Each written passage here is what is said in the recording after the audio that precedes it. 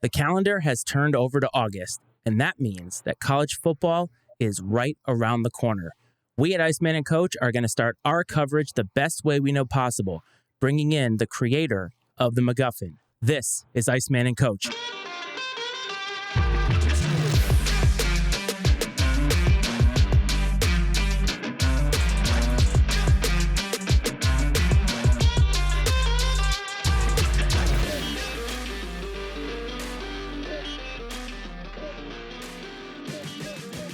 What's up, everyone? Welcome back to another episode of Iceman and Coach. This is the Iceman, Matt Freites. That is the Coach, Brad Powell. And you will notice that we have a third box, and that is our special guest, who we will bring in a little bit. Coach, how you doing, buddy? Iceman, doing great. Really excited to get going with a little college football preseason action. I'm excited about our guest today. You know, being a Notre Dame fan, they opened camp up last week, so there's been all sorts of stories coming out. I'm excited about some of the things they have going on.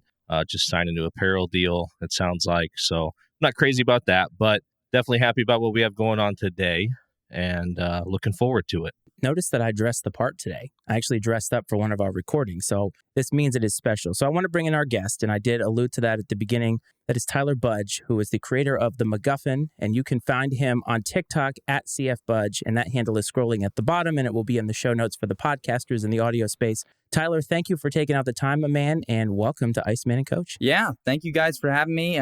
It's great to be here. This is, I didn't want to reveal this too soon to put any pressure or anything, but this is my first guest appearance on a podcast. So just excited to be here, excited to talk ball. It's one of my favorite things to do. So I appreciate you guys having me on. That is a fun fact. Brad, did you know that? I did know that. I knew you had started your own podcast.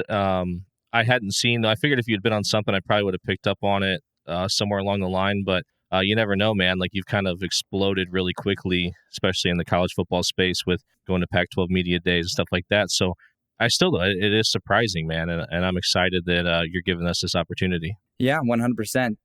So the Macguffin, I hear, is what you guys are wanting to hear about here. Yes, definitely I do. I mean, we did talk about it a little bit, but I think that it is such a cool concept that our listeners and viewers should know more about it, and so we'd love to hear about it. Yeah, so for those of you that are elementary on the Macguffin out there, it hasn't gone worldwide yet. We're still working on that. I'd say it's more regional at this point, even though through the means of the internet, it's reached all parts of the country. Basically, what the Macguffin is it is the transitive property or the title belt or the lineal belt, however you want to describe it. But basically, transferring from the winner of each game, starting with the very first game in college football history. So that's way back in 1869. Rutgers and Princeton play each other. Winner of that game gets the quote-unquote Macguffin.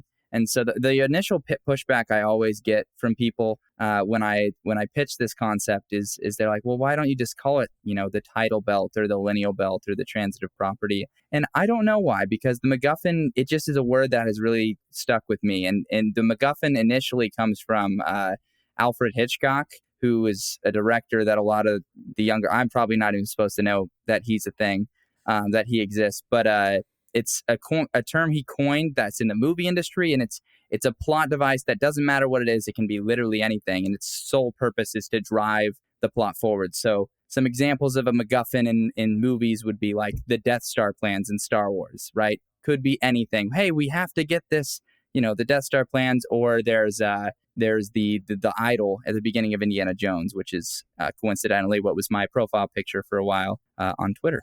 Nice. So I have to ask, motivated you or drove you to go down this road? Were you just sitting around one day and you're like, you know what, let's go back to the beginning of time in college football and find out who won the first game and just who kept winning from that point? I mean, where did you get this idea? Yeah, so I think one of the things that makes college football so unique as a sport is this type of concept is something people really can cling to, because there's a lot of teams in college football. There's over 130 now, and not everyone can win the title every year.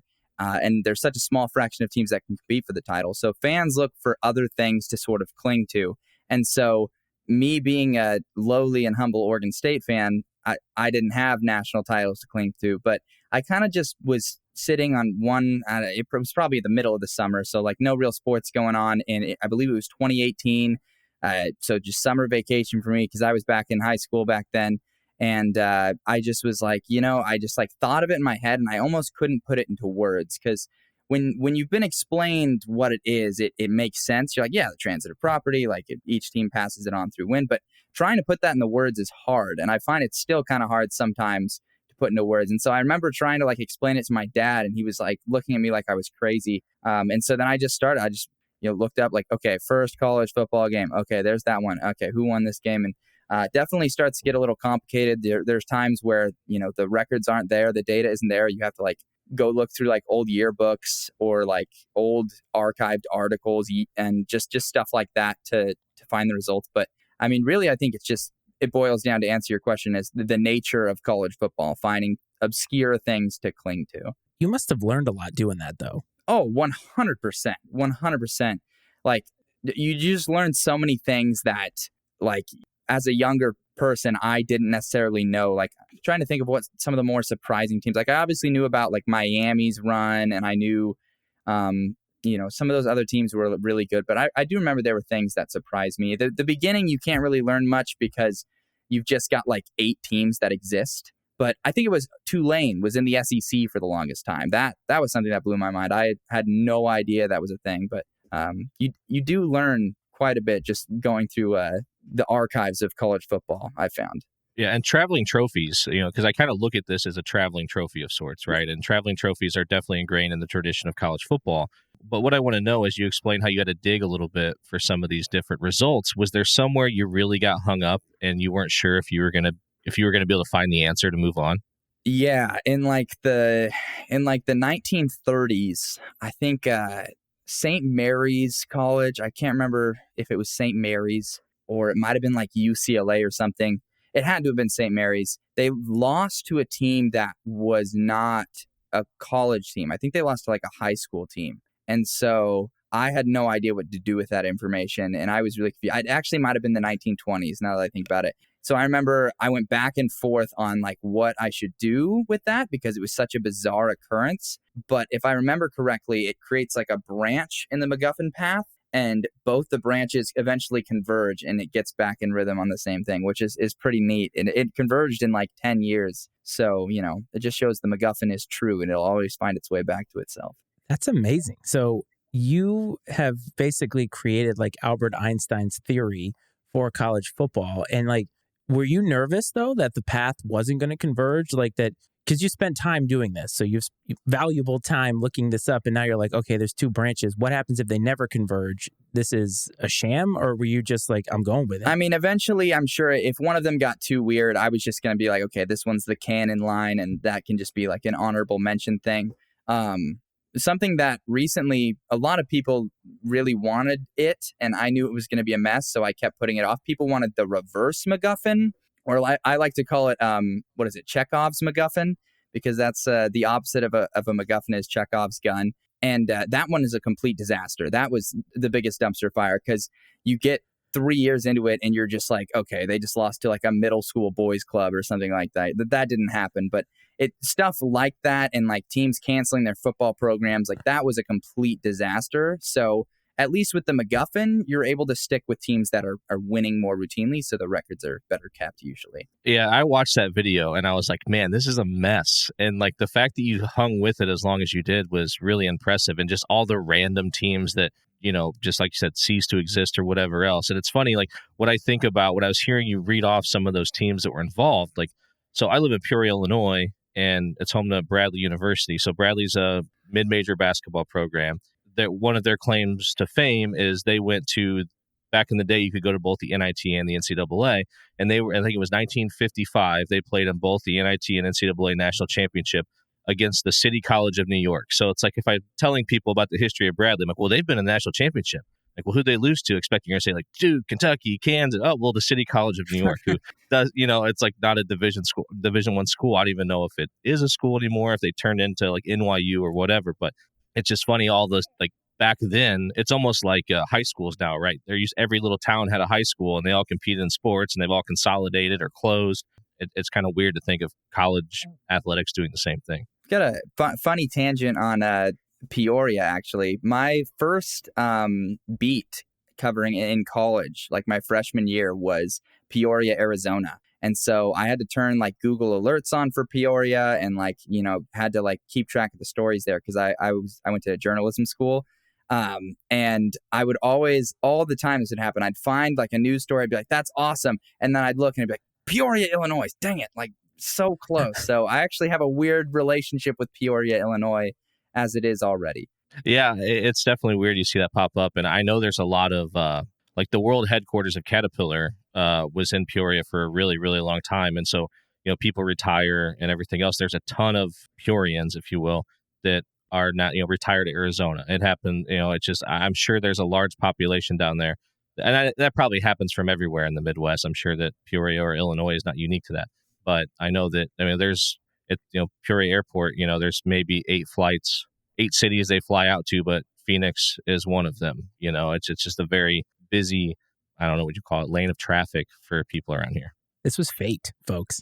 It was. I've been waiting my whole life to meet someone from Peoria, Illinois. That's excellent. Me too, by the way. So, Tyler, I have a question for you because I'm thinking in my head as you're talking about how college football fans, they love to grasp onto things. And I think sports fans in general love to track things, title belts, things like that.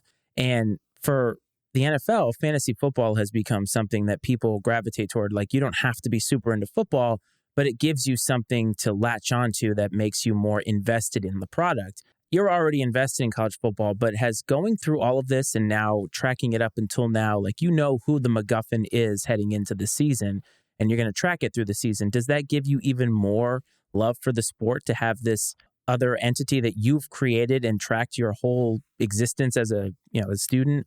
Does it give you more oomph when you're watching the product? Yeah, 100%. I already love the sport, and obviously you've got to love the sport to do something as, psychotic as this in your free time. And it's just awesome. I've like gone back, I've done the math, I've crunched the numbers to see if I was ever at a Macguffin game. I've never been to one. So that's something that I think I'll always be chasing. And I remember I was in Coeur d'Alene, Idaho when the Macguffin game was happening in Pullman, and I was like looking up like how far of a distance it was, but I was with my girlfriend's relatives visiting, so I couldn't convince anyone to drive me up. They didn't even try because I knew that would be that'd be a bad look. But it definitely gives it an extra oomph. And what gets me just excited is seeing other people get excited about it, and seeing people commenting like, "Where's the Macguffin? What do you think's going to happen?" My most common request on my account it's got to be people just asking for Macguffin path predictions for Macguffin history, and there's so much to like unpack and to dig into that like it just is like from a content perspective, it's great because it's just basically unlimited content, and also from a fan perspective, it's amazing because it does give an extra game, just an extra oomph every week. And then when the stakes get bigger, like when the Macguffin was at College Game Day last year, UCLA, Oregon, it just gets more and more hype. So I'm predicting this now, because it happened to Barstool Sports when they blew up. CF Budge is on its way to becoming a really big deal. Down the road, 5 years, 10 years, there will be the Budge Bowl, and it can be for the Macguffin, so that's what you got to set it up as. Whoever currently holds the Macguffin against, you could find a conference champ you want to pull into it, or maybe just, an at-large or whatever else that is for the Macguffin every year to finish the season. And I think it would rival the national championship. I was going to say, I'd have to compete with the playoff if the Macguffin holder was ever highly ranked enough, which with the expanded playoff, that's going to be even harder to do. But I'd never be able to do that because my at-large bid would be the MAC conference, because the MAC has never held the Macguffin. Coach is a big Maction fan. Just about every year, he tries to sell people on, hey, you're missing out on Thursday night Maction or Friday night Maction. Absolutely. You're missing out on Tuesday night Maction. We talk about that during the football season, how like right now, I mean, you can pretty much find football on TV almost 7 days a week in the fall. It's real close to it anymore. You might get maybe Wednesday off, possibly. But between the MAC, the Monday night football, Thursday night game, I think, there's some games on Friday nights even now. And I know the Big Ten at once upon a time was playing on Friday nights a little bit. Is the Pac-12 playing on Fridays occasionally? Oh, yeah. They're playing on Fridays frequently. That's where the weird stuff happens. Yeah. And so, I mean, we just have 7 days a week of football or nearly in the fall. And I love it, man. I wouldn't have it any other way. Seriously. I agree. So, Tyler, you picked TikTok as your social media avenue of choice, or at least your main one.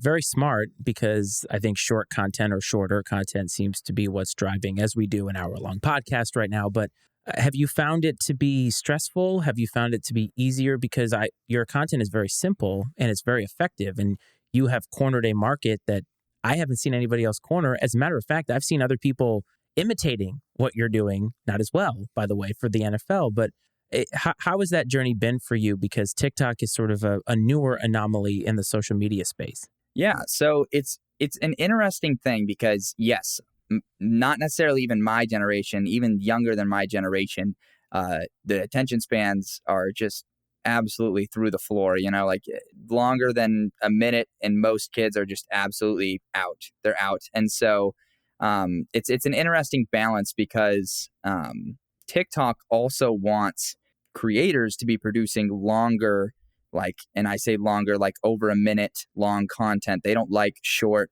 like clips. They don't want to become the next like Vine where they're doing like 7-second clips. So I don't necessarily find it stressful. I actually enjoy the short form video. And I find it really easy to get like ideas across. And if a video or an idea is ever too long, I'll just split it up into multiple parts, and that's multiple parts getting people to come back. But I mean, the attention span for this young generation, you've got to hook them. Like you've got to have a hook in the first 2 seconds of the video where you're loud and you're in like, that's why in most of the videos, if you just go through and you have like a series of my videos in a row, every video I'm up like in the camera and I'm like, who is did it? Like it is a loud like hook delivery, because if you don't get them right off the bat, they're just gone. Like I don't know if you've seen the memes or any of the references, but it's a thing where they'll have like a movie clip posted up here, and then there's like a Subway Surfers clip, or it'll be like a Family Guy clip in the bottom, because the first clip isn't enough to get the kids' attention. They need something else to stimulate them while it's developing or whatever. So it's pretty bizarre. Yeah, I mean, I feel like we haven't yet to figure that part out because we're not loud and right in the camera, but the attention span part is definitely true. I know I have that fight sometimes with Coach and some other people that we know in podcasting, but my question also is, how do you deal with the negativity? Because I know as you get larger, and we're nowhere near where you are, so at this point, I would assume that you've had trolls, you've had haters come by. Do you just let it sort of roll off, or was it a hard thing to ignore at first?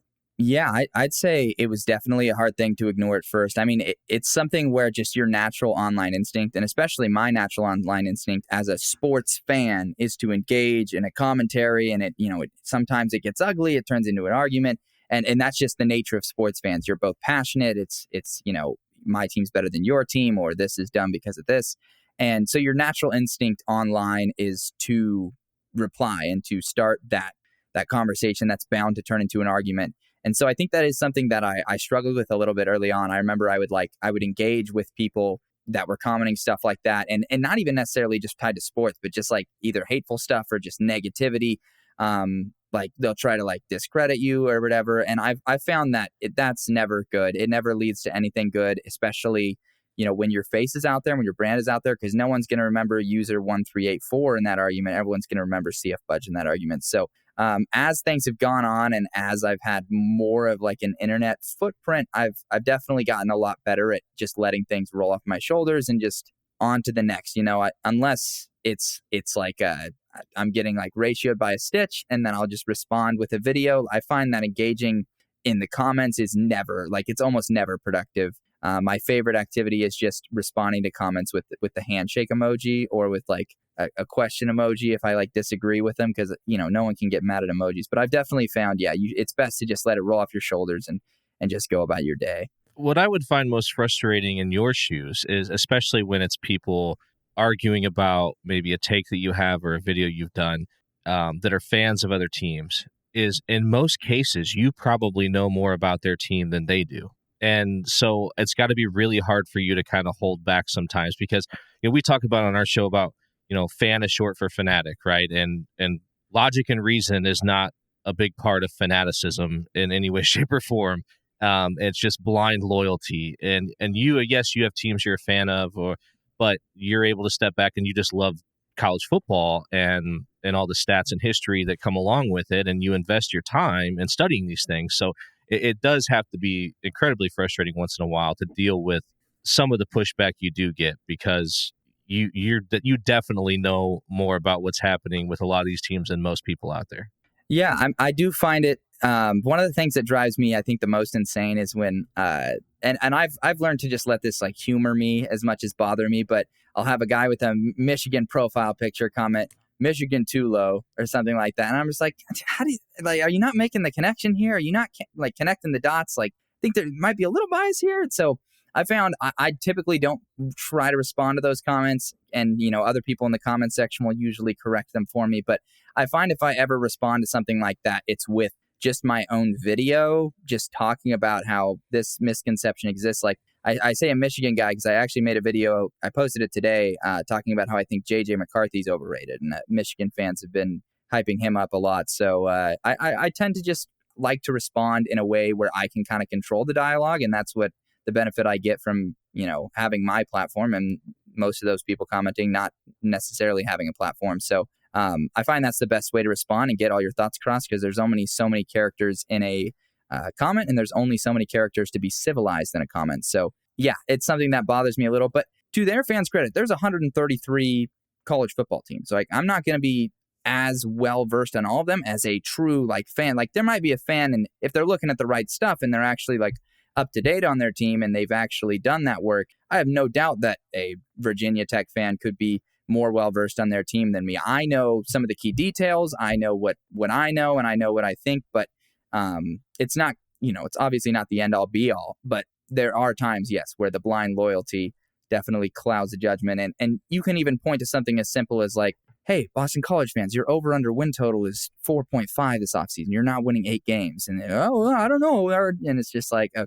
Well, it happens every year in the NFL. When the schedule comes out, all of these franchises, let's take Jets, Browns, Lions, they always go through the schedule and they're like 14-2, 14-3. And you're like, what? Like, you were 2-15 last year. How are you going to do that? And college fans have to be even more so that way, because I have found, especially in the South and in areas where they're not as highly populated, those college teams are like their pro teams, and they are rabid about their fandom. And it's everywhere, but I'm saying there are pockets in this country where they feel that way. Like in the Northeast, Boston College fans will come at you, but they have other things that they're worrying about, like Red Sox and Patriots and stuff like that. But when you get these areas where there's not a heavy pro presence, I could see that. And I just love how you navigate that by taking the reins and making a video about it instead of getting in there in the comments. And I know I can learn something from that myself. Yeah, it can be, the comment section can be a brutal place. But I mean, in reference to, the hype or delusion by the fan base with no pro teams, look what happened with Nebraska every year. They've been a team that is consistently, the hype train gets rolling in the offseason, and you're like, hey, wait a minute, what's going on over there? Yeah, Nebraska fans were the first fan base we pissed off when we first started the show, because we were not very kind to Scott Frost, and he ended up getting fired very shortly into the season. So we felt a little bit liberated on that. But Tyler, before we move on to actual football for this upcoming season, is there anything else you'd like the viewers or the listeners to know about your TikTok, or something that maybe was an interesting part of the journey to get you where you are here? I mean, I'd say that the journey itself is not going to be all too interesting, because all it was just consistently uploading quality content and consistently uploading my ideas and doing that every day. And so I truly believe that anybody that does that consistently on any platform, not just TikTok, I think that there's a niche of people out there that are there to listen. And as long as you're consistently putting out quality content, someone's going to find it eventually. So I think that just happened really fast, really recently, which is pretty awesome. Well, don't forget, support Tyler and everything he has going on. You can find the handle to TikTok scrolling below on YouTube and in the show notes. And also, if you have an opinion that you want to give to Tyler or us about something that he said, you can call or text the show. 703-718-6314 is the number to do that. So college football, the season is right around the corner. I want to start talking about college realignment or conference realignment, because there's been a lot of things happen in the news. So right now, recently, we had Colorado jump to the Big 12 and everything Coach Prime has. And I believe the rumor on the street is the Big 10 is trying to add 4 more teams. I believe that includes Florida State, Clemson, Oregon. Can't remember the other teams. But it looks like this is all starting to reach a fever pitch with this new expanded playoff coming up. And so how do you feel about realignment, because of all the history you did and where you started with the Macguffin with 8 teams, and now here we are with, this is beyond what I think anybody thought college football would be like even 20 years ago. Yeah. I think realignment is something that is impossible to predict right now because the things are kept so under wraps. I don't remember a single person calling UCLA, USC before that news dropped, or Oklahoma, Texas. Kind of feels like those two things hit just, the day of. Colorado, I feel like there might have been a little bit more foresight because I remember hearing the reports that they were a bit of a flight risk. But realignment's nothing new. And all you're looking at, in my opinion, is just a shift in where the power in college football lies. And especially, I think the biggest and most dramatic fallout would be if the Pac-12 conference falls completely. You're just going to see those West Coast teams start to drop off. Looking back to the origins of college football, you realize, hey, guess what? The East Coast, and the ACC, that region used to be a power in college football because that's where it began. And you look at what the ACC kind of has, and not even just the ACC, but the teams in that region, and you look at what they've done recently, no offense to Virginia Tech, it just hasn't been there. It just hasn't been there. And the teams that have succeeded in the ACC, it's the teams that are further south. So you're talking regionality, you're talking about the power shifting. This is nothing new to college football per se. It just has never been quite as seismic as the moves we're kind of seeing right now. One thing I find fascinating about college realignment is people's opinions are very age related or generational, right? Because I think the older generations, they look at this and they're like, well, geography. Who wants to travel from Los Angeles, to New Jersey to play a Big Ten football game? Where I think the younger generation, people that probably are more willing to hop on a plane and travel across the country for something like that, they don't see that as an obstacle. And the other thing that is kind of a dated thought process, in my opinion, is the market size. Back when cable TV kind of ruled all, market was very relevant. But now I think it's more brand driven as opposed to how big a TV market is. Because with streaming and everything else, throw markets out the window. The brands are what sells. That's where the money is. And then I think, too, when it comes like the Big Ten, especially, I think on the periphery of it all, you have academics. Now, we'll see how long that lasts as all this kind of progresses over time. But I think every school in the Big Ten, sans Nebraska, is what do they call it? Is it AAU? Is that the term? Or it's some sort of academic, classification. And I think Nebraska is the only team that doesn't fall in that category. And so, they've sort of, put themselves up on a pedestal as far as who they'll take academically. I think there'll come a time where, they're going to have to decide if they're going to stick to that or not. And I wonder if 10 years down the road, if this looks like, instead of the Power Five, it looks like the AFC and the NFC, the Big Ten and the SEC, two super conferences. And by super conference, I mean 20 plus teams or something each, and then a playoff transpiring from there. Now, who knows what that could look like? It's just, I like you said, I think all bets are off as far as predicting what's going to happen because it's kind of the Wild West right now. Yeah, that's unfortunately, but the reality is a lot in college football is moving towards the professionalization of the sport. And I think the argument isn't necessarily whether or not it's heading that direction. It's how far they're going to go in that direction. So yes, the extreme of that I think would be AFC, NFC, literally just SEC and Big Ten around the world. And then there's a bunch of these smaller colleges, trying to stay alive.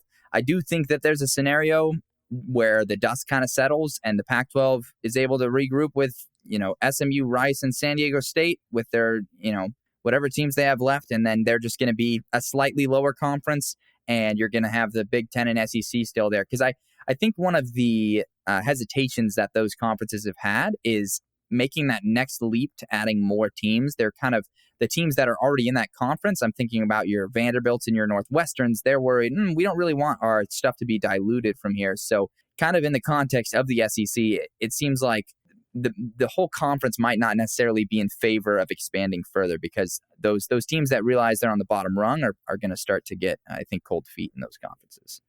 And what kind of an effect do you think it's going to have on play now? Because these schools are obviously looking at their moves that are coming up, all the NIL deals that are out there as well. NIL has been a big paradigm shift in college sports, and the schools that have the money that are able to put together these programs to pay. I don't know if you saw that Tua Tagovailoa's brother, who's at Maryland, was offered like almost $2 million to go to an SEC school or whatever it was, something like that.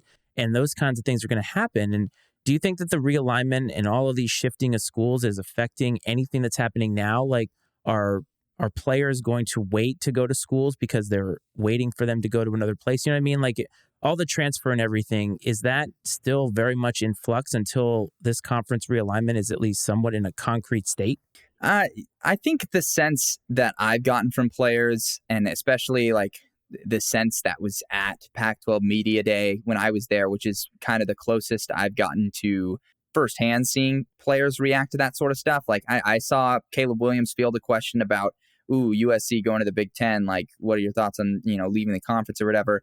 And it seems like it's kind of the same sentiment from the players and coaches. They don't really care. They just want to play ball. Like, obviously, I think for recruits, that might be a big thing where the types of teams they're playing. Like if you're a guy that, grew up in California, you're saying, hey, I want to play California schools, and maybe USC going to the Big Ten isn't the best. But I mean, people have different preferences. If somebody's like, I want to play for a team that can, win a national championship, they say, oh, going to the Big Ten's better for us, so I'll go to USC or something like that. For the most part, I don't think that that's something that plays too big of a factor for these kids coming out of high school. And for guys in the transfer portal, I don't necessarily think that's probably at the top of their list of things, because there's so much else like NIL that I think we'll go into that. I think NIL has actually done a pretty decent job. It's still obviously very messy, but kind of self-regulating with these schools for the budgets that they have, and realizing, hey, if we're going to fork out all this NIL money, we're not going to have the money to build a weight room this year or something like that. So it's actually kind of balanced its way well. And something that's been encouraging to me about the transfer portal and NIL kind of as a combo is you've seen lots of different teams have success with it.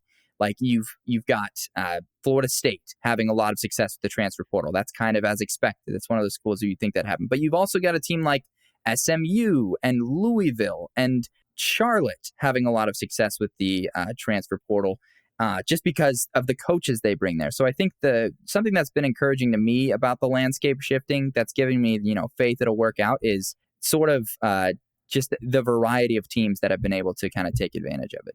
So, Coach, before you get in there, Tyler, so am I hearing that you're not necessarily not a fan of all of this, but you definitely feel hesitant about this because is it taking away some sense of purity of the game that you fell in love with, or what is your hesitation about where this is headed and how you're needing to sort of feel reassured with some of the things that are happening with NIL and the transfer portal?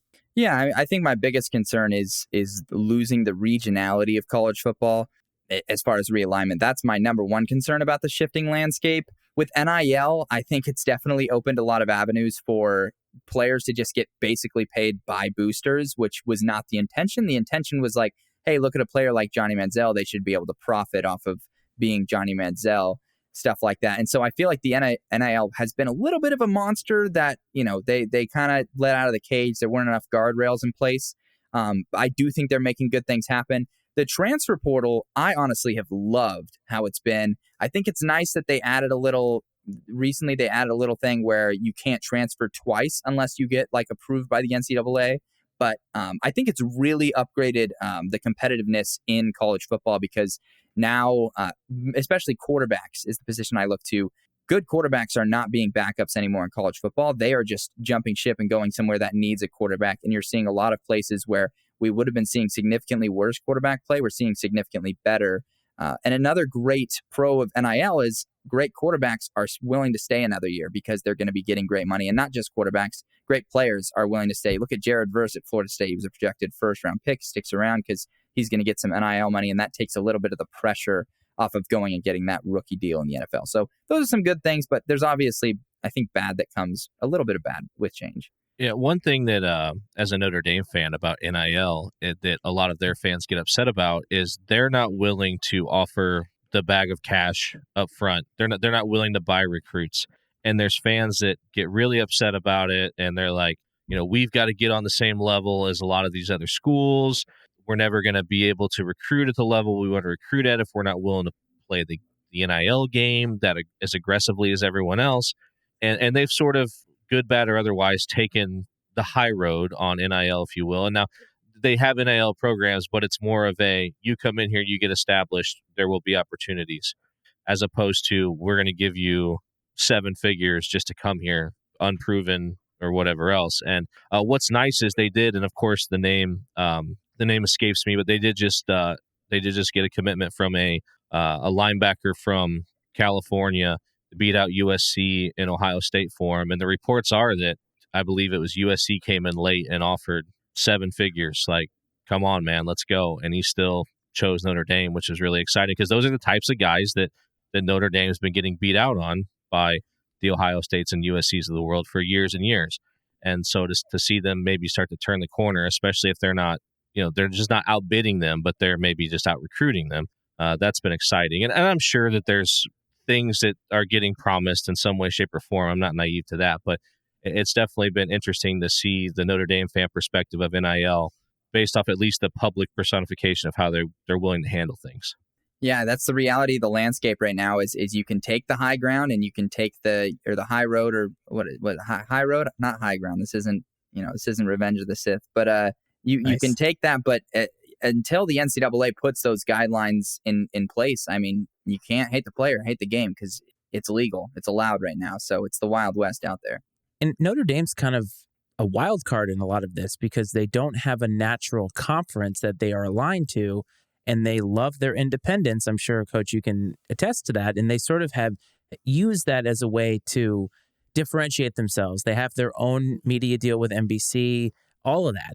And they're not going to be able to sit it out a lot longer, or they're going to be somewhere on the outside looking in. And I don't think as a program and a brand, they can really afford that. So they're going to have to compromise their morals at some point. Well, I think it'll be interesting to see what happens because most Notre Dame fans, like you said, they are very prideful about their independence and very serious about wanting to remain independent. And it seems like most of the people in power at Notre Dame feel the same way. Me personally, based off geography and everything else, I mean, I would love to see them in the Big Ten. I think that would be wonderful. I mean, there's a lot of natural rivalries geographically. I mean, they already play USC. USC's coming in. Obviously, Michigan is a long-standing rivalry, and they haven't played in a few years, but that's a big one. Purdue's an in-state rivalry. They've had a lot of battles with Michigan State. I mean, there's just a ton of natural rivalries. I just think that they feel like it's better off for them financially, at least at this point in time, to remain independent. And unless my prediction is this, unless something comes along with the playoff where the powers that be decide you have to be in a conference to qualify for the playoff, I think that's literally the only thing that could happen that would push them into a conference. I don't know if anything else would do. Yeah, more power to Notre Dame. I love them being independent. I absolutely love it. I think they should stay there as long as they can. I think one of the most annoying things to me about current landscape of college football is conference championship games have just become like more just questionable than anything. You just get like a lot of weird rematches or games that don't seem to matter as much, like the Michigan-Purdue game this last year in the Big Ten title game and the Georgia-LSU game. Yes, the games themselves might have been entertaining, but it's like, what are the stakes here if these guys are already, pretty much clinched for the playoffs? So more power to Notre Dame. I think it's great what they're doing. And you look at their schedule, you can't say anything about their schedule. It's one of the toughest in college football, and they go 11-1 with that schedule. They're in the playoffs. So more power to Notre Dame. I love what they're doing, and I honestly am rooting for them to stay independent because it seems like it's just like a big middle finger to the realignment. Like, we don't care. We're staying out here. A little bit of anti-establishment in you, man. I love it. So let's move on and talk about some of these conferences. I think that the one that we've mentioned the most is the Big Ten, and obviously they have a lot of things going on. But heading into this season, and Coach has asked this offline to me, but Michigan, Ohio State are obviously the two marquee schools that are there. Penn State is also there as well, but the two teams that have sort of been jockeying for position. And Michigan, after how many years of Jim Harbaugh as their coach, have finally seemed to have cracked the code. And the big question is, have they overtaken Ohio State as the big dog in the big house in the Big Ten? Yeah, I think 100% they've surpassed Ohio State currently. The previous two results have been just utterly indisputable. The dominance on the road last season, like that was just completely indisputable. And despite all of that, despite the fact they've won back-to-back years, this year it's going to be in Ann Arbor. Michigan gets it back at home. Ohio State will be favored again. And that's just the reality of how those rosters are built. I think, if I recall correctly, the sports books have been putting out spreads for that game already, as they did last year. Ohio State's favored again on paper. And so Michigan just has to look at that and wear that as a chip on their shoulder, because I do think that is disrespectful because of how they've dispatched of Ohio State the past 2 years. I think that it's just completely shifted the vibe. I love that game right now. That game, I think, is the best game in the regular season on paper right now, just looking forward to it. within itself as a vacuum without even any of the national stakes. Ohio State made the playoffs last year, and yet they lost that game, and that was all you could think about. Like, they missed a field goal that would have sent them to the national title game, and yet in the offseason, what they're talking about isn't that field goal. It's about getting trounced by Michigan. So I just love it. It's everything that's great about college football right now. What I think is interesting about the matchup this year is Ryan Day is going to be coaching for his job, I think, because if they lose to Michigan 3 years in a row, I mean, that could be the only game they lose all season. Michigan maybe by whatever happens in the Big Ten, Ohio State could end up in the Big Ten championship against someone other than Michigan and win that and end up in the college football playoff. Outside of winning a national championship, I think that if they lose to Michigan, he's going to be like seriously on the hot seat. And so I think that sort of desperation could cause some interesting things to happen, because I don't think, Jim Harbaugh is going to be safe. I think Jim Harbaugh is only going to leave when Jim Harbaugh wants to leave at this point in time, because, unless things really go off the rails in the next few years. So I'm curious to see what that sense of desperation does to Ohio State and Ryan Day in that situation. Yeah, that's the thing for me with Ryan Day. I don't necessarily buy that a Michigan loss alone would put him on the hot seat. And I just think if the moment he starts losing other games, like if there was another loss in the way, that's when I think that Michigan game becomes a must win. Like if they lose a game to Wisconsin this year, or they lose to Penn State, I think then the Michigan game becomes that is a must win for Ryan Day, because then it's like, okay, you're not beating Michigan and we're not taking care of business elsewhere. But in the scenario you just described where, they go undefeated and then they lose to Michigan, I think they're probably still in the playoffs in that scenario. And I think it would be I think that's more competitive pressure than job security pressure. However, I think the needle is teetering towards job security pressure if he loses another game in there, because so far he's taken care of business the rest of the way. And the fact that if Ohio State field goal goes through the uprights last season, we're talking right now about how Ryan Day just won a national title at Ohio State, and how can Kyle McCord get them another national title? Because I think they would have trounced TCU in a similar manner to what we saw Georgia do. And I think I have a lot of confidence in that. But things could 100% flip. I mean, if Michigan, loses this game, Ohio State wins the game this year, it's just going to flip completely. The narrative on Ryan Day will be back to, oh, he's a great coach. And then the narrative on Jim Harbaugh will be, oh, he's a trash coach. He can't win big games. That's how thin the margins are at these big-time schools. And how many other schools nationally are teetering on just your rivalry game? Because there are a lot of rivalry games that take place that matter regionally to those schools, but does it matter to their job security? And I think of Michigan, Ohio State in that way, and there can't be that many. It's just funny to think about it because the stakes are so high, but there are other schools in the Big Ten that could make a little bit of noise. And I know that you're very high on one of them that's right up the road from me here in Virginia. Yeah, so Maryland, I'm a little drunk on the Maryland Kool-Aid right now. Somebody might have spiked that punch bowl in the corner. But it's just a team that I don't necessarily plan these things out. I don't say, okay, this team's going to be my sleeper this year. I do my in-depth, full 24-hour analysis of the team and what they did this offseason, who they've added, what their coordinator situation is. And I just really, really like Maryland the more I look at them. Mike Locksley is back as head coach. Every year that he has been the head coach at Maryland, their record has improved. He was a former assistant at Alabama. He was an offensive coordinator under Nick Saban. And they absolutely killed it in the portal. They struggled to protect Taulia last season. They got 3 starting caliber offensive linemen in the portal. They also went in and got a few legit stars on defense in the portal, which I think is going to help a defense that was really close last season. They had a couple of games where they showed flashes. The only concerning thing is Taulia Tagovailoa. Last season, he had a few moments where he looked a little shaky and his stats actually regressed a little. But I like him this year. Obviously, he got a $1.5 million NIL offer by a school, so he's doing something right. But the thing I like to point out about Mike Locksley and Maryland is there was a story that broke around during the Super Bowl last year regarding Jalen Hurts. And I don't know if you guys remember that story, but it was broken down that Jalen Hurts wanted to transfer from Alabama to Maryland because he wanted to follow Mike Locksley. And I don't call myself a conspiracy theorist, but the story goes that Nick Saban told him, oh, no, you'd be better off going to Oklahoma and getting coached up by Lincoln Riley. And I'm saying, maybe he might have actually believed that, but maybe there's a chance that Nick Saban knows how good Mike Locksley is capable of becoming.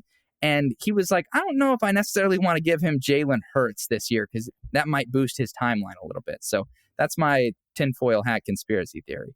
I'm here for it. Oh, for sure. And so I'm curious, what's the schedule look like for Maryland this year? I mean, is it a favorable schedule? No schedule is going to be favorable in the division they're in because they've got to play the Buckeyes, they got to play Michigan, they got to play Penn State. So even if they hit on everything and they're just as good as I think they'll be, they could still lose 3 games in the regular season. And it's not even counting their cross-divisional games. I think they might draw Iowa this year, maybe. But, I mean, there's a couple teams in that other division that you draw this year, Wisconsin or Iowa or Minnesota, that are going to be tough. So that's one of the reasons why I didn't go for the home run swing on Maryland. I think they're like 23rd or maybe a little higher than that, maybe 20th in my preseason top 25 right now. But I'm definitely buying long-term, and I do think this year will be great.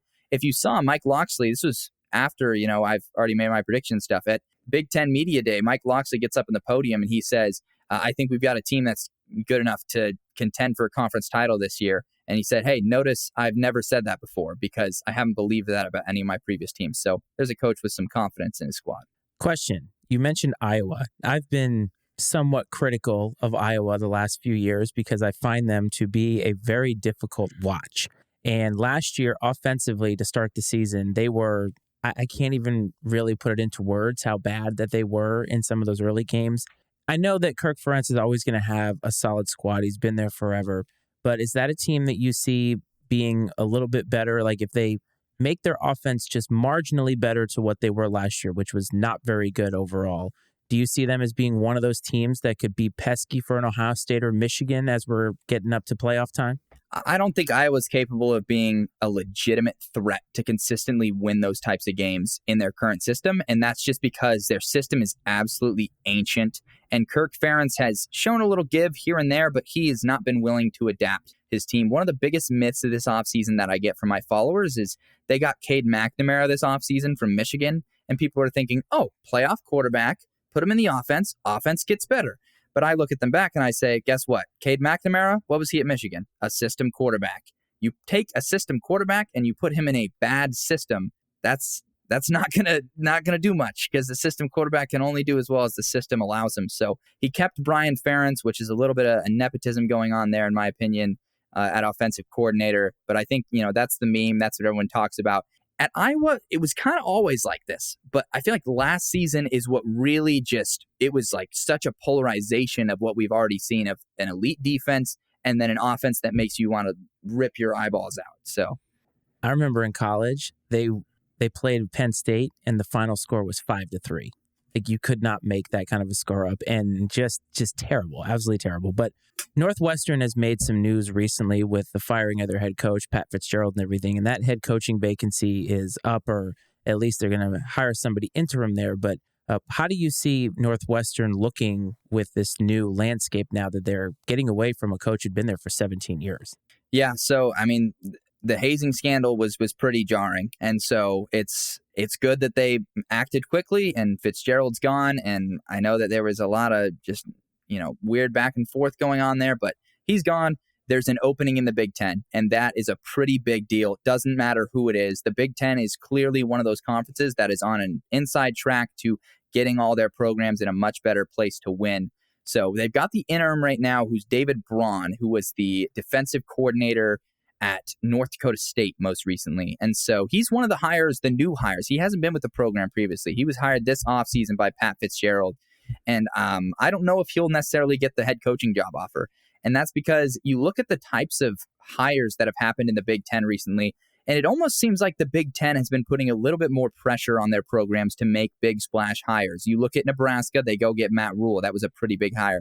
You look at Wisconsin, Paul Chryst was doing just fine. I think 5 years ago, if Paul Chryst has that exact same resume, they're keeping him. They fire him. They go make a big splash hire in Luke Fickell. So I think that this is a very underrated opening, and I think that we're going to get somebody hired here that is going to surprise some people because Northwestern can offer a coach at least $4 million a year right off the bat, even if they're not all that proven. And you look at some of the coaches in the ACC, the Mike Elkos, the Dave Clausens, the Dave Dorans, those are all guys that are going to be able to nearly double their salary instantly if they go take that Northwestern job. So to me, I think it's really intriguing, and I would expect the name that eventually gets hired there, which probably won't be until the offseason. It seems like David Braun's going to lead the squad this year. I would expect that name to be pretty big. So do you have any, I know, like you said, we're 5-6 months away from being in a place where they're going to start, looking and naming that new head coach, but do you think there are any early front runners for that job?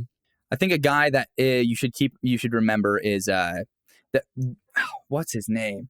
The Giants' current defensive coordinator, or maybe offensive coordinator. He has strong ties to Northwestern. He was a quarterback there in like the mid-2000s, although his name is completely escaping me. But the one that's in college football currently is going to be Jim Leonhard. Jim Leonhard was the defensive coordinator for Wisconsin last year, and he was honestly the favorite to take the Wisconsin job. And it was a big shock when they hired Fickell. And Leonhard was also getting NFL buzz. And so he's a guy that really wants to stay in the Big Ten. And as evidenced by that, he recently took a job as an analyst at Illinois for this year, kind of taking a regressed role. He was going to take a year off anyway. So Brett Bielema probably got in his ear and just said, hey, just come help my guys out for a little bit. So I think Leonard's a guy to keep an eye on. And like I said, some of those ACC guys, I think they're close enough proximity-wise that I would not be sleeping on one of those, surprise hires to swoop in from there. It pains me to hear you say that about the ACC, which we'll talk about now, because when we talked about college realignment, Virginia Tech was part of the start of some of that when they moved from the Big East to the ACC. And I remember how big of a deal it felt to be a part of that. And they went in and won the ACC. And now the ACC is, oh man, it's nothing but one or two schools, and the rest of it have become a steaming pile of mediocrity, really. And it's not a fancy place where people go. Like, to go from Frank Beamer to where we are now to where it's a stepping stone job, it definitely pains me. But you're very, very high on Clemson. They had what is considered by Dabo a disappointing season last year. And I know there was a lot of turmoil over quarterback, but you're high on them. So high, in fact, that you're willing to step out on a limb and say something very, very big about them. Yeah, I am. So, I mean, I'll lead with the state of the ACC. I think that exactly what you said. It's a couple of teams and then a steaming pile of you-know-what. Clemson, Florida State have kind of, Florida State's been a little inconsistent, but, Clemson's been just completely in control. But the question for the ACC that I could have, if the ACC was a person and I could just grab it by the shoulders, who really wants to win here? Who wants to invest in their program enough to win? Miami? Do you want us to Duke? North Carolina, Virginia Tech, Pitt, Wake Forest? Like, who wants to win in this conference? And so it's something that's like almost frustrating. It's almost actively frustrating. Like, there was a power vacuum in the ACC. I look at a program like Pittsburgh, something works, they win the ACC, and Pat Narduzzi lets his offensive coordinator walk and changes his scheme back to just run first. And I don't want another Kenny Pickett. Let's do what we do here. And I'm just baffled at the conservative nature of a lot of these ACC teams that I think has led to the conference overall dipping. But to follow up on what you promised, Clemson, let's just get it out of the way. Clemson is my national title pick for 2023. And it is a pretty out there take, and I don't see a lot of people doing that. In fact, everyone's talking about how Clemson's going to regress, Florida State's going to take control. But there's a lot of things for Clemson that are really attractive, in my opinion, which first is they have a proven system and a proven program that can win titles in this era. We've seen it multiple times. Dabo Swinney made the biggest mistake of his career, and we watched it happen. He hired Brandon Streeter from within as the offensive coordinator. It was a questionable move at the time. It proved to be questionable for 2 years, and he had to fire Streeter. He corrected that mistake. He goes out. Who does he hire? He hires Garrett Riley, who just was a key cog in the wheel that created one of the most improbable runs we have ever seen at TCU.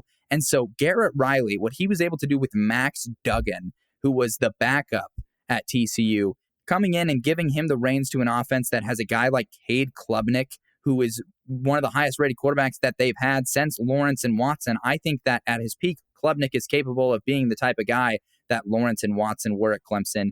I'm really excited about the offense, and I just think the defense never stopped being championship level at Clemson. They are just shown up, and they've shown out, and they've still had a lot of really great games. They've had some ugly ones with, the DJ Uiagalelei saga, and I just am, put your money where your mouth is. I'm all in on Clemson, and it also boils down to a philosophy thing. I don't want to pick Georgia to win it all because that's such a small reward and a fair amount of risk as well. Because what are the odds that Georgia three-peats, right? So what I find interesting about, the support for Florida State to make a run this year is I know they're going to be very talented. There's a lot of optimism about their season. But I think what people forget is, there's very few of these, I don't know if you'll call them one-off championship situations. Coach O, Joe Burrow, LSU. We can talk about, the Florida State situation with, gosh dang it, I just had the freaking coach who's at A&M's name in my freaking head. Jimbo Fisher and Jameis Winston, had their little run at Florida State. But it was those were just blips on the radar, like you're competing against the Alabamas, the Georgias, the Clemsons, the Ohio States. You have Michigan making a push to get into that conversation. There's a lot of consistency within those programs. Yeah, there have been maybe a down year here or there, but there's been a lot of consistency in competing at a championship level. Florida State's sort of the new kid on the block. I feel like they are making a big jump to consider themselves really in the national championship conversation. I don't think it's wrong to anticipate a better season, to maybe be in a position to potentially compete for an ACC championship, which would go through Clemson, which I don't anticipate happening. Like, I agree with you on that. But I just don't know how they've gone from where they were last year to taking that jump to, like, we're now in the national championship conversation. I just think that when you look at who they're competing against to be in that conversation, it seems like a reach. Yeah, for me, Florida State scares the crap out of me in that Clemson title pick because they're the biggest opposing force in the ACC. And what people are banking on with Florida State is continuity. They are banking on that most of that roster coming back. They have 10 of their 11 defensive starters returning, including multiple first and second round NFL prospects that could have declared last year and been drafted and be at fall camp on an NFL team right now. Them being back is what people are banking on. People are banking on Travis making a leap. And I'm not going to lie, it does scare me. It does scare me when I'm picking Clemson. I like that game's in Death Valley. I do see what people are talking about, the Florida State hype. I remember hearing the Florida State buzz before I had done my preview, and I was very skeptical. I did my Florida State preview, and afterwards I was no longer skeptical. I think they're one of those teams that in the offseason gets so much dark horse hype that they are no longer a dark horse. The same thing happened with Kansas State last season. They were getting so much dark horse hype that by the time the season rolled around, it's like, wait, does everyone have them in their preseason top 15? So it's something that happens every offseason. I think Florida State's that team. You're so right about the ACC, though, in that who wants to win it? Because the way I look at it from an insider's perspective is the ACC is a winnable conference for a lot of these other teams that are not named Clemson. And there's a lot of teams in that conference that at least can pull from some of that culture of winning. I mean, Virginia Tech was winning in the early 2000s. Florida State was winning. Miami had that run in the early 2000s. That was the best college football team I ever got to see play live. And that program has a lot of winning in its past. And what baffles me is how they're unable to get consistent play and consistent winning across the board when nobody else in the conference is doing it outside of Clemson. Other than that, all you have to do is just continue to be a little bit better than all these other teams that are sitting and percolating at this level. And I don't understand where this mentality came from. I mean, Justin Fuente was gifted a situation. He had 11 wins in his first season and then unceremoniously let go after nothing. Like, he would have been better off leaving for Baylor at that point because he was rumored to go to Baylor. I don't understand it. It does frustrate me watching every year knowing that nobody in this conference is going to be worth anything. Even if they make it to the conference title game, it won't matter. I mean, the ACC winner last year, I don't even remember who won the ACC last year. Yeah, Clemson still ended up winning. Clemson didn't lose the game in conference, so. Yeah, and it didn't matter because they weren't even in the picture. So, like, that's their conference. So if you're thinking they're going to get better, nothing else in the conference outside of Florida State probably has taken a leap. And this is a conference that worries me. If they didn't have the historical ties to the beginning of college football, I could see this conference just getting gutted and split out into this conference realignment because why do they need to be there? If Clemson leaves, what else do they have to hold them there? Yeah, exactly. I mean, no one's stepping to the plate. I mean, North Carolina has flirted with it. I think Pittsburgh has flirted with it. Miami's thought about it. Florida State has been, up and down and up and down. I think a lot of those teams missed their window, though. There's no more divisions. They're just taking the two best teams now, and that really hurts a lot of their chances. Yeah, and Miami doesn't seem to have, from what I understand, much of an interest, much support from the administration in trying to like build the football program back to what it was. They don't even have a stadium right now. Yeah. And Yeah. I mean, it's incredible. And like, I think part of it too, like we talked earlier about the potential of, Florida State and Clemson moving to the Big Ten. And like, my kind of thought on that is I think that maybe they want that to be put out there a little bit. So the SEC says, wait a second, wait a minute. Like, we don't, want you to stay down here with us. What I do think is a possibility in the ACC is the restructuring of that deal because of the landscape of the ACC is restructuring that to give Florida State and Clemson a bigger chunk of that media rights deal. I think that would be a good move for the ACC for starters, but obviously that would, affect a lot of the other teams there. Yep. So speaking of conferences that are teetering, it's a conference that coach says that people, probably including myself, are literally and figuratively sleeping on, and that is your conference, Tyler, the Pac-12. They just lost a team in Colorado, and that's on the heels of Coach Prime coming. And we know that UCLA and USC are going to be leaving, and that leaves some pretty decent teams, including your Oregon State Beavers. So how do you feel about the Pac-12 now, and what do you think about its future? So I've got my Pac-12 water bottle, courtesy of Pac-12 Media Day, so I'm rocking it. But yeah, the Pac-12's what I grew up on. So it being on uneven ground is a scary thing, and I don't think it would be good for college football as a whole. I might be a little bit biased, but I think a conference, the sole conference on the West Coast collapsing, just would not be a good thing for a lot of those programs out there. I don't think that Colorado leaving is as big of a deal as some people are trying to, lead you on to think, because Colorado was dreadful in the Pac-12. Like they have, a bit of a history. They have a bit of a program history that's decent. I think they even won a championship in the 90s. It's just in the Pac-12, they were horrible. And so I think if the dust were to settle now and the Pac-12 were to get a deal done and then get a few teams, because, they pretty much have to at this point with 9 teams, I think that Colorado move is going to age pretty poorly to the Big 12. Just like, why did they pick up that? Like staying over there, unless, of course, Coach Prime turns things around over there. But certainly, I think if you see another domino fall, the panic button should probably be pressed, because you lose UCLA and USC. That's obviously catastrophic. But then it starts to feel like things have evened out a little bit more. Okay, where's the deal? Where's the deal? Where's the deal? Losing Colorado, some people are acting like that's the last card that's going to make the whole house of cards tumble. I don't think Colorado is that. I think that an ASU is that. I think that a Utah is that. I think that an Oregon or a Washington, any of those schools leaving, that is that crushing blow, because that's going to make the other big schools, I think, become just instant flight risks. We got to get out of here. Even if the main name being floated out there right now by pretty credible sources is U of A. Even if U of A goes away, that's a blow to basketball, obviously, but to football, as far as like television viewership and all that stuff, that's also not catastrophic, because you still have the Oregon, you still have the Washington and the Utah, and obviously Arizona State. I think overall is slightly better than U of A. I might be biased as a Sun Devil alum. Yeah, I don't know. It's really hard to predict, because I haven't been able to predict anything. Like I say, I remember some people were saying Colorado was a flight risk before, so you could kind of see that one coming at least. So what do you think maybe like the root cause of this kind of crumbling, or the early stages of crumbling of the Big 12 is? I mean, obviously I heard that there was some inequity maybe with the TV deal, or, once upon a time, maybe USC and UCLA got more, and then they decided they were going to spread the money evenly, which pissed them off. And so they looked for greener pastures. But do you think that, is it the geography and the time slot that hurts them? Is it maybe the fact that, I know Oregon's had a few runs. It's been a little while since USC's been a national title contender, but is it the lack of maybe a national champion, someone competing for a national championship from the conference consistently? What do you, I guess, curious, what do you think has led to this?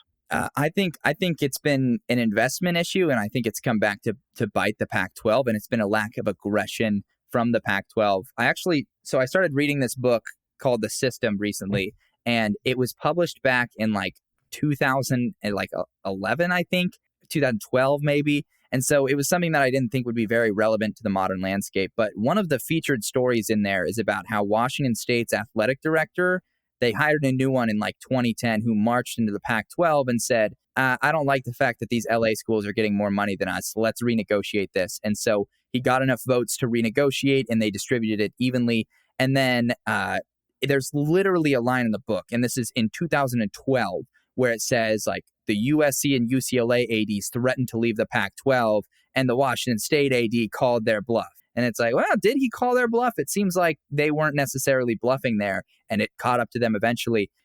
You guys were obviously more present for that. I wasn't necessarily football conscious, but the Pac-12 was the aggressor. They went and they got Utah and Colorado. They were trying to get Oklahoma, Texas Tech, and some other school, I think Oklahoma State at one point, and they just whiffed. And so they were the aggressors, and you could argue this whole thing is the Pac-12's fault because they put that in the back of all these conferences' minds of, that could happen. And the Big 12 probably got a little scared saying, whoa, like we just almost lost like our whole conference basically. So you could argue it's the Pac-12's fault. They've done it to themselves. And I would say from a sense of not having a national title contender, it certainly hasn't helped. It hasn't helped that USC was floundering in NCAA allegations or whatever and violations. And it didn't help that Oregon choked a couple of natties away. It didn't help that Washington had such a long down period there. They've certainly been picking up some slack, but there's just a lot of stuff that happened with the Pac-12 that certainly did not help. And I think it's a combination of many things, including incompetent leadership in the last couple of commissioners we've had. I can't even remember what the name of the last guy was. He was that awful. So how was Media Day? Yeah, Media Day was a lot of fun. From a pure football perspective, it was just so much fun. The food was absolutely amazing. They treated us really well. They had a full funnel cake bar. Never seen that in my life. It was awesome. But I was able to meet so many coaches. I literally was like at like the breakfast bar and just saw Jonathan Smith. So I just walked up to him, introduced myself, talked to him for a little bit. Super nice guy. No surprise there. I think like one of the most level-headed coaches in football. Talked to so many just different players and coaches, and it was just so surreal just being able to like just ask them a question, just throw something at them and see how they respond. So I'd say some of my biggest takeaways are Jonathan Smith's very level-headed. Michael Penix Jr. is just completely about football. I asked him about a play in the Oregon game, and he was able to recall the exact play and the exact throw like perfectly. Somebody asked him what he does in his free time. He said, I just do football, to be honest with you. I love that response. It was really awesome. I really enjoyed my time there. So could you kind of tell us a little bit about, how did that come to be, right? I mean, from obviously everyone sees you as the, TikTok creator, you're now a podcaster. Here you are now at Pac-12 Media Day. So like what was kind of the process that led you to getting credentials and then heading to Vegas? Yeah, I mean, once the amount of followers started to grow and the amount of like influence you have starts to grow and the amount of people that are following you, you just start to think about these things. This is never something I would have necessarily thought about doing. And I thought, okay, like what's the practical application of this or what's something I can do? And I had always thought about getting credentials to go to games, maybe potentially when the season comes. Still going to test that. We'll see how that goes. But I was like, oh, Pac-12 Media Day is going on essentially down the street. It's a 4-hour drive, which is like really nothing when you think about it in Vegas. And so I just looked up like who is the media person for the Pac-12, found him, emailed him. I just sent him all my stuff. I was like, this is all my account and like the influence I have. Like, let me know if you can get me in there. And he was like, yeah, come on in. And so gave me some credentials.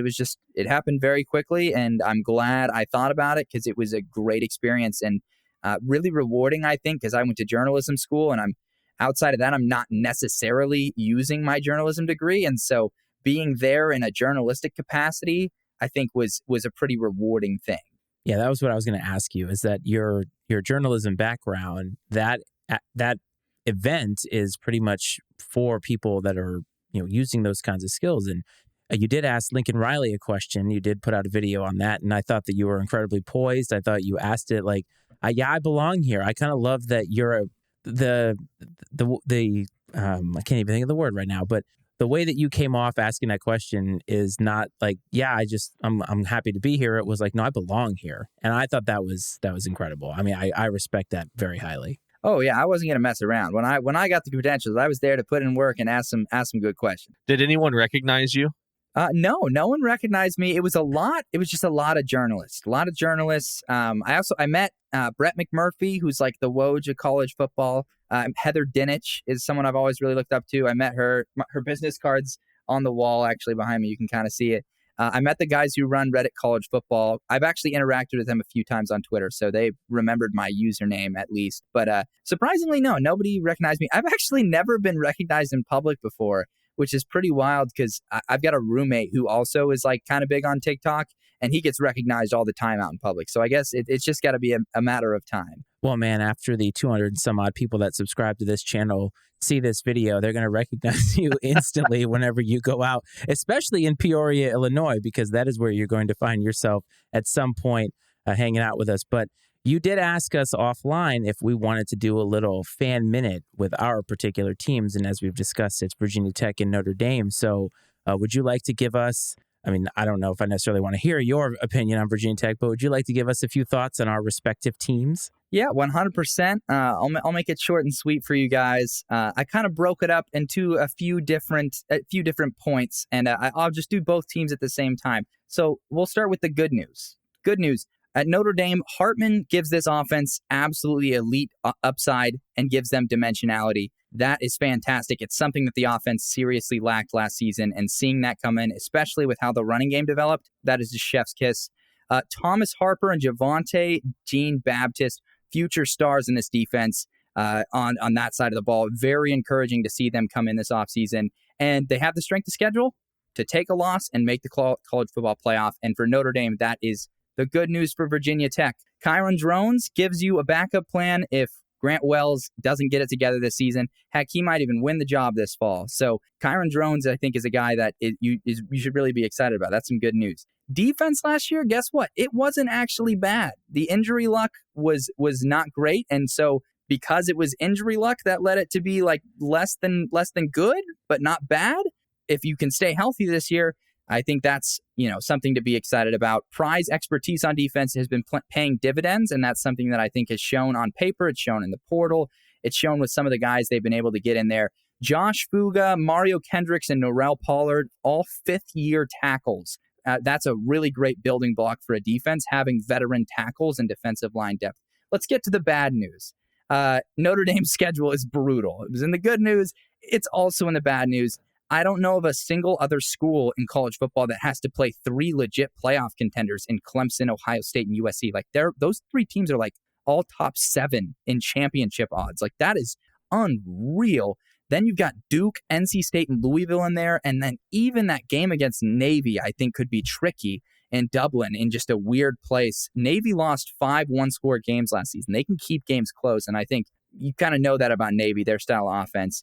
And losing Tommy Rees, I think that could be bad, especially for Sam Hartman, losing the guy that you kind of wanted to be your coordinator there.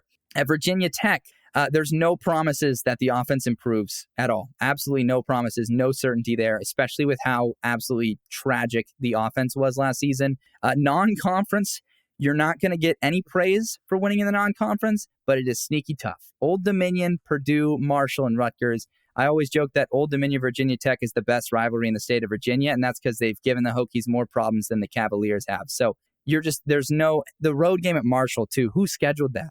Why would they schedule that? So overall takeaway, Notre Dame, I think they're fringe playoff contenders. I would be way more confident about them being playoff contenders if two things were true. If their schedule was just ever so slightly easier, maybe replace USC with a group of 5 school next time or something like that. And also Gerard Parker as the coordinator, I don't know about him. So if I'm slapping a record on it, I'm going 10-2 for Notre Dame. And then for Virginia Tech, I actually am optimistic. I think they can return to a bowl game this year. And I think that they're a team that could take advantage of the heaping pile of poverty that's in the ACC. So I would throw 7 wins on them right now. That's my personal opinion. I actually like Pry as a coach long term. I think an improved defense, serviceable offense should get some solid wins overall. I like hearing that. And I also believe that Pry was handed nothing good at the end of the Fuente administration. And I remember last year, and I usually don't get into it on social media with people, but man, Hokie Nation was very unfair to that program. And sure, you could heap criticism on a program that went from where they were 20 years ago to where they are now. But there are a lot of programs nationally who can say that, who haven't been relevant in a long time.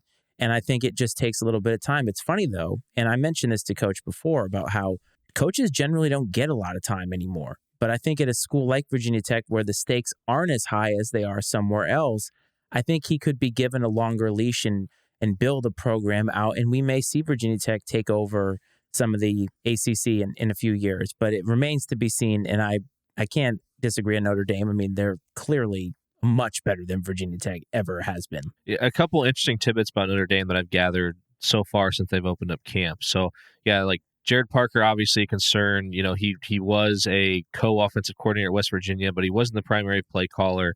You know, he was the tight ends coach, took over for Tommy Rees when Notre Dame kind of fumbled the Andy Ludwig possibility with Utah, which was really disappointing. One thing I've heard so far is that Tommy Rees was kind of out there. Yeah, it was more of a pro-style offense, but at times it was more about, like, I want to show you how smart I am, was the way he ran his offense a little bit. And it sounds, by all accounts, like the way things have looked so far is there's been a very concerted effort to cater the offense towards the playmakers and getting the ball which it sounds like common sense, right? But, like, it's not always the way it goes, right? I mean, coaches, coordinators, they have egos, and I'm not a Tommy Rees hater by any means. I mean, I obviously the best coach in college football history just hired him to be his offensive coordinator. Like that alone tells you everything you need to know about Tommy Rees, in my opinion. But I am excited to see what a fresh perspective could do. I think that a couple things that concern me, obviously, like Notre Dame has an extremely deep running back room. I mean, obviously, Audric Estime, the bell cow, but they've got some young guys in there. They have Jadarian Price, who missed last season with injury, who's incredibly fast and dynamic. So it'll be interesting to see some of these guys and how they use them in the offense. I've heard reports about, Sam Hartman targeting, he's growing a relationship with Chris Tyree since they've moved Chris Tyree to receiver. And it's almost like he's intentionally targeting him a ton, which is great. But I don't know how to take that. Is that a good sign or a bad sign? Because does that mean that, as far as the other receivers, Notre Dame has a very, very talented yet unproven receiving core and tons of potential, but potential doesn't win games. And so, in my mind, I was actually talking to my dad about this last night. I'm like, if you're going out there to beat Notre Dame, if I had the game plan to beat them tomorrow, it is, stack the box, stop the running game, and take away Chris Tyree and make Sam Hartman beat you with these young, unproven receivers. If Notre Dame's not able to do that, if a couple of those receivers aren't able to step up and assert themselves, they got some big-bodied guys out there that could be national names if they go out there and perform up to, expectations or what their potential is, which there's a lot between now.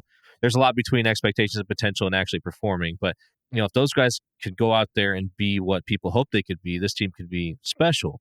But it'll be interesting to see how it all transpires. And I'm looking forward to, kind of seeing how the offense looks, seeing how they use different players. I think, like I said, with the running back room being so deep, I think they're going to use some of the running backs in different ways in the offense and try to find creative ways to get them the ball in space, which is going to be fun to see. And then, the schedule, like you said, the schedule's so tough. And in my mind, kind of the statement I made to my dad last night was, if they're able to win 2 of the 3 big games, like in my mind, that shows upward trajectory. Like, the program is definitely moving in the right direction if they're able to win 2 of those 3. Now, depending on how those games actually go, would I take 1 of 3, if the other 2 are close and competitive? Yeah. I mean, I'm not irrational. Like I know that, Marcus Freeman's in his second year on the job. Like, this is no different than, I'm not taking Notre Dame and putting them, firmly in the national title conversation for the same reason that I have hesitancy about Florida State. Like, hey, like you're the new kid on the block. Like, prove that you can put it together consistently before you anoint yourself, per se. Yeah, I agree. I agree with a lot of what you just said. I love it, guys. We've had a great time talking college football, but it is time for Coach and I to let you in. We have asked you a ton of questions, and you have educated our audience, and now it is time for us to let you in on a little bit of what we got going on.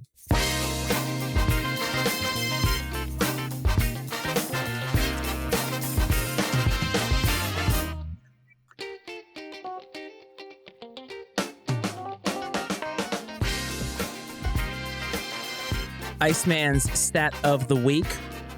Normally, Coach and I do a little bit of fun stuff where we have a little personal flair at the end of the show. And Tyler, I always give a stat of the week. And I'm going to give credit here to College Sports Only on Twitter. Now, y'all remember Stetson Bennett last year? He was like 30 years old. Exactly. Stetson Bennett got made fun of a lot for being old. He's younger than we are, but he got made fun of for being old, being a national title winner. Anyway, there is a player that just transferred to North Carolina State. This is probably a name that Tyler knows, but it is Bradley Rosner. He is going into his 8th college football season at NC State because this is the lineage of how he got here. 2016 was an injury redshirt in junior college. 2017, another injury redshirt in junior college. 2018 was a redshirt freshman at junior college. 2019, redshirt sophomore. He sat out his COVID year in 2020 with an injury. He was a redshirt junior at Rice in 2021, a redshirt senior at Rice in 2022, and this year he's getting his bonus year at NC State. I love stuff like that because the COVID stuff, people are out there that you don't even realize they have been playing for a while. So he is in his 8th season, and I'm tickled by stuff like that. That's too good. Yeah, that's wild. I mean, how old is he? It doesn't say how old he is, but just thinking about it, he's, 25, 26 years old or something? At least I would think. Yeah, for sure. That's crazy. I mean, it sucks. I mean, obviously the only way you can get to that point is by being injured several times and then with COVID on top of it. But yeah, that's wild. What position does he play? He's a wide receiver, I believe. Okay. So he's a guy who can at least make an impact. In NC State, you never know. The ACC is crap. The funny part is he actually might make an impact. He's a solid wide receiver. Like he could genuinely be doing good stuff out there. Exactly. I love that kind of stuff. So, Tyler, the next thing that we do is called Coach's Pick of the Week. I will save you the fanfare, but in an effort for transparency, I do want to show everybody what Coach has going on. So that's not good. Yeah, Tyler, just to give you a little bit of insight into what we do here, after the Super Bowl, we reset the clock and Coach has been picking one game per week every episode that we have had. Unfortunately for Coach, he is on an 11-game losing streak and recently picked Brazil over France in the Women's World Cup. I did watch the second half of that game. France was up, Brazil equalized, and then in like the 83rd minute or 84th minute, France took over and won the game. So Coach is now 2-12. Now, we are not going to put that stink on you, but we do want to invite you to be the stand-in picker, kind of like game day. And we want you to make a bold prediction for our listeners and viewers. So the floor is yours, sir. All right. Yeah, I've got a pretty bold prediction. I didn't want to make one that I couldn't go affirm in person and be a part of. And so my bold prediction will be happening on September 10th. This is Texas Tech hosts the Oregon Ducks in Week 2 in Lubbock. I will be at this game, and my bold prediction is that Texas Tech upsets Oregon in this game in Week 2. I love it. The conviction in your voice, and you're traveling to Lubbock, Texas. I've never been, by the way. Neither have I. So it's going to be a first for me. I'm driving down there. It's just a game that instantly stood out to me on the calendar. I love what Joey McGuire and company are doing there. It's also a revenge game for Tyler Shuck, the quarterback at Texas Tech. He was formerly at Oregon. He was a starter there at one point, but then I think he was a starter during the COVID year, actually. Kind of got chased out of town for the grass being greener on the other side of the fence. But now he's at Texas Tech, so chance for a revenge game. Oh, I'm going to watch that game for sure. Now, that's a little bit of a wait to see, but I swear, Coach, if he goes 1-0, I think we're just going to retire the pick of the week altogether.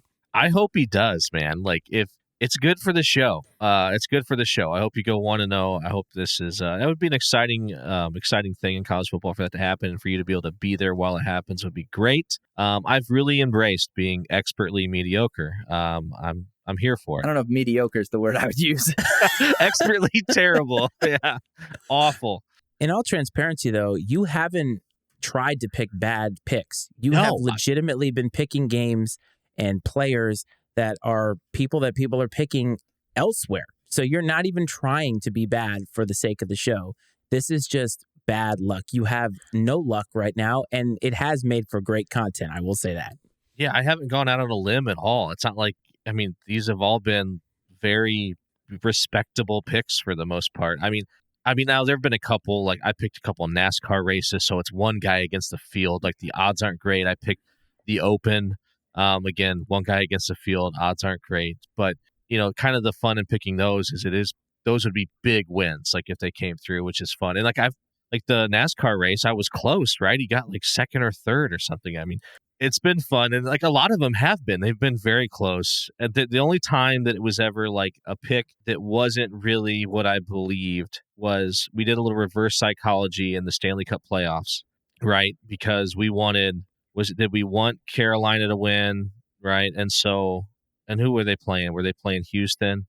Houston? Or Dallas? Jesus. Was that who it was? Yes. Yeah. Or no, were they playing the Panthers? Yeah, it was something like that. But you tried to get cute, and you did it. And that might have been actually one of the ones we lost, but it was like our actual preferred outcome. Like, but other than that, man, it's been just straight up legit picks that have just been terrible. It's almost impressive at this point. It's like when someone's NCAA tournament bracket, they like almost miss all the games in the first round. And it's like, that's almost as impressive as picking a perfect first round. Oh, you should have seen our tournament brackets. They weren't any better than that. But people don't come here for expert analysis. We like to say that we're for the every fan, but you certainly brought the analysis today. So as we bump up to the end of our recording time, Tyler, do you want the viewers and listeners to know anything else about you outside of what we have already talked about? And this is your minute to plug whatever you'd like. Yeah, I'm branching out just from TikTok. Recently, I'm on Instagram now at CF Budge, on Facebook for all you old heads out there. Only have 4 Facebook followers right now. That's not a huge market, but hey, that's why I'm trying to connect with people that are still using Facebook. And then I've got YouTube as well, all CF Budge, and as well I'm on Spotify now. So weekly show called In the Trenches with Tyler Budge. So got cool stuff going on all over the place. And just go check me out on all those places. If you like the TikTok content, you're probably going to like the content there as well. I think you're doing excellent work, my man. I know that Coach and I appreciate you taking the time out. And we hope that all of our followers follow you because I think you can learn a lot. I know I learned a lot, but Coach, do you have any parting thoughts? Just, Tyler, sincerely appreciate you taking the time, like Matt said. And I've really, truly enjoyed your content. I'm a fan. I encourage everyone out there to go check it out if you haven't seen it already, because it's a lot of fun and educational about the history of college football and different things. So it's a great time. And I'm just looking forward to football season getting started and, kind of looking forward to maybe some opportunities along the way for us to kind of collaborate again at some point in time throughout the season and have a good time with all this, man. So thank you. Heck yeah. Hey, thank you guys. Thanks for having me. Absolutely. And before we get you out of here, a couple of administrative items. Don't forget to support the Pub Time Podcast. That is Coach's other podcast. You can find that wherever it is that you find your podcast. Make sure that you are supporting everything that Tyler mentioned and everything that we have plugged on here because he's got a lot of knowledge and we always support the people who support us. Support the Matty Ice Media Network with the other podcasts that we have, mattyicemedia.com. And like Tyler, you can find us on TikTok at I&C Sports is the way to do that. I&C Sports, we got other podcasts, not just this. We have The Cornerman, which is boxing. We have Basketball U, which is the NBA. Flashing the Leather, which is baseball. And we got a lot more stuff coming up. But fellas, it has been a wonderful time. I hope this finds you well. I hope this finds you safe. And as always, this is Iceman and Coach.